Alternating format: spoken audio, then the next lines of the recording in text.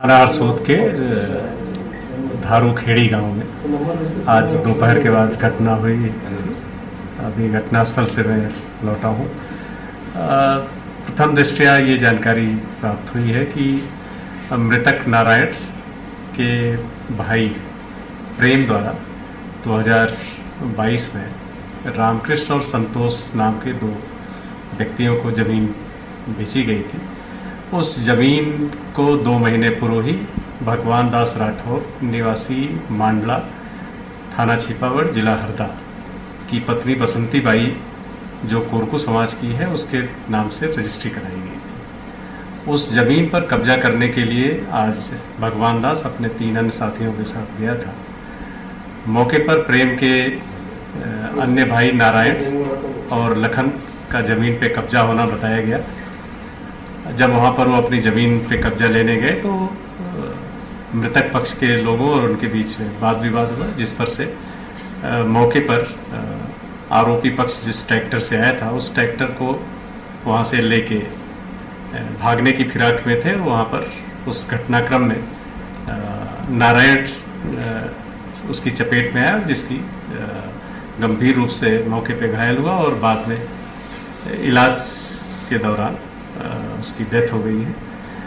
इस पूरे घटनाक्रम में कुल 4 आरोपी फरियादी पक्ष द्वारा बताए गए, जिसमें भगवान दास राठौर, रमेश राठौर, दिनेश मीणा और प्रमोद राठौर। इन चारों को पुलिस ने हिरासत में ले लिया है। इनके पिछले बैकग्राउंड और वहाँ अन्य अपराधों की जानकारी ली जा रही है। साथ ही इनके विरुद्ध हम लोग सख्त कार्रवाई कर रहे हैं। सर, ये कहाँ के रहने वाले सर आरोपी?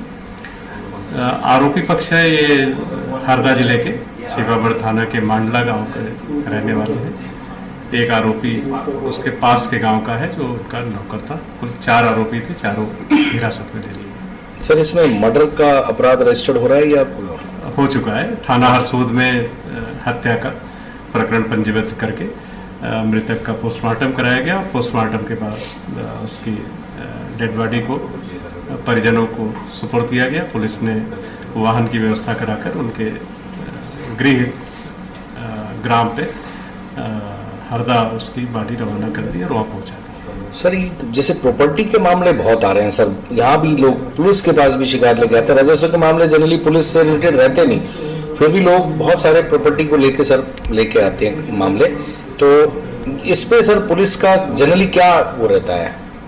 देखिए, जब भी ज़मीन संबंधी मामले आते हैं तो इसमें पुलिस एक बार मौके पे जाके ये देखती है कि ऐसे प्रकरणों में क्या कोई पूर्व विवाद की स्थिति है या तात्कालिक कोई कारण है।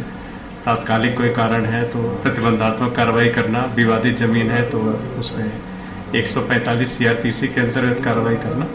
और साथ ही मैंने निर्देशित भी किया है कि कहीं भी कोई विवादित स्थिति अगर पुलिस के संज्ञान में आती है और शिकायत आती है तो उसमें अपने संबंधित राजस्व अधिकारी, नायब तहसीलदार, तहसीलदार और SDM के साथ संयुक्त रूप से भ्रमण करके यह सुनिश्चित करें कि वहाँ कोई विवाद न हो और साथ ही उस जमीन का सही तरीके से निस्तारण किया